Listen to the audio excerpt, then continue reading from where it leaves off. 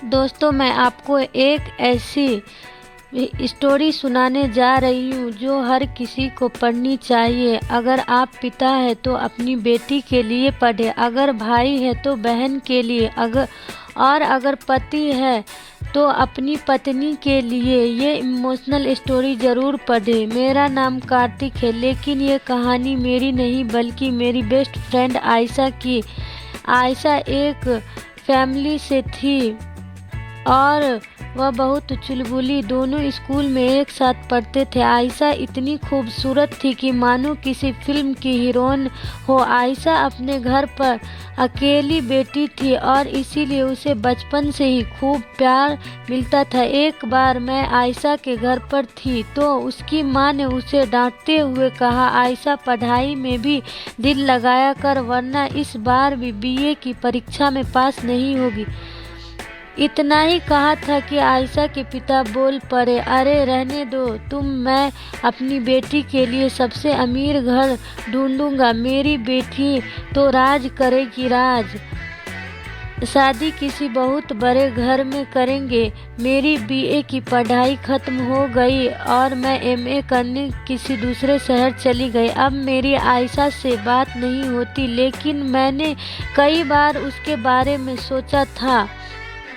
मेरी भी शादी हो चुकी है और यकीनन आयशा की भी हो चुकी होगी। एक दिन मुझे किसी काम से बाजार के साइबर कैफ में जाना था। जब मैं साइबर कैफ से बाहर आई तो एक लड़की खड़ी थी जो कि बहुत जानी पहचानी लग रही थी। मैं उसके पास गई और उसे गले लगाया और उसका हाल चाल पूछा। अभी मैं कुछ और पूछती, आयशा ने कहा, कार्तिक, मैं अपनी बेटी को स्कूल से लेने आई हूँ। उसका छुट्टी का टाइम हो गया है, फिर कभी मिलूंगी तुमसे। मैंने मन ही मन सोचा हम दोनों बेस्ट फ्रेंड थे, लेकिन ये आयशा इतना अजीब तरह से क्यों पेश आ रही है। पहले तो ये बहुत मस्त चुलबुली हुआ करती थी, वही खड़ी हुई थी। इस बार मैंने उसका हाथ पकड़ा और पास के कॉफी शॉप में ले गई। आयशा, क्या हुआ तुम्हें?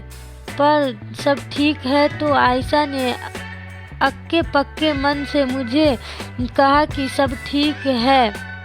मैंने फिर उसे समझाया कि आयशा, मैं तुम्हारी बेस्ट फ्रेंड हूँ। अगर तुम्हें अपनी प्रॉब्लम मुझे नहीं बताओगी तो किसे बताओगी? मेरे जोर देने पर आयशा ने बताया कि बीए फाइनल ईयर में शादी तय हो गई थी और मैंने खुशी में अपनी बीए भी पूरी नहीं की। लड़कों वाले ने झूठ बोला कि उनका खानदान बहुत अच्छा और लड़का किसी बड़ी कंपनी में इंजीनियरिंग करता है, कोई छोटी मोटी नौकरी करता। और सास ससुर तो बहुत ही ताने मारते थे। उन्होंने मोटे दहेज के लिए झूठ बोलकर शादी कर ली।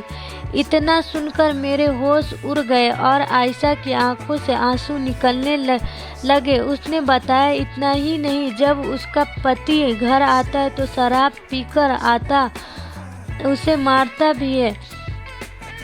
आयशा ने मुझे बताया कि अब वो अपने माँ के पास रहती है और उसके पापा की डेथ हो चुकी है। उसके पापा जो बिजनेस करते थे वो भी अब बंद हो चुकी है। आयशा की यह कहानी सुनकर तो पसीने ही छूट गए। दोस्तों, हर माँ बाप हमेशा यही कोशिश करते हैं कि उनकी बेटी की शादी किसी बड़े घर में हो और वो पूरी उम्र राज करे, लेकिन कई बार किस्मत को कुछ और ही मंजूर होता है। इसीलिए हर माँ बाप की ये जिम्मेदारी बनती है कि उनकी बेटी आत्मनिर्भर बने और अच्छी शिक्षा हासिल करे, ताकि शादी के बाद भी वह अपना सिर गर्व से ऊंचा रख कर चल सके।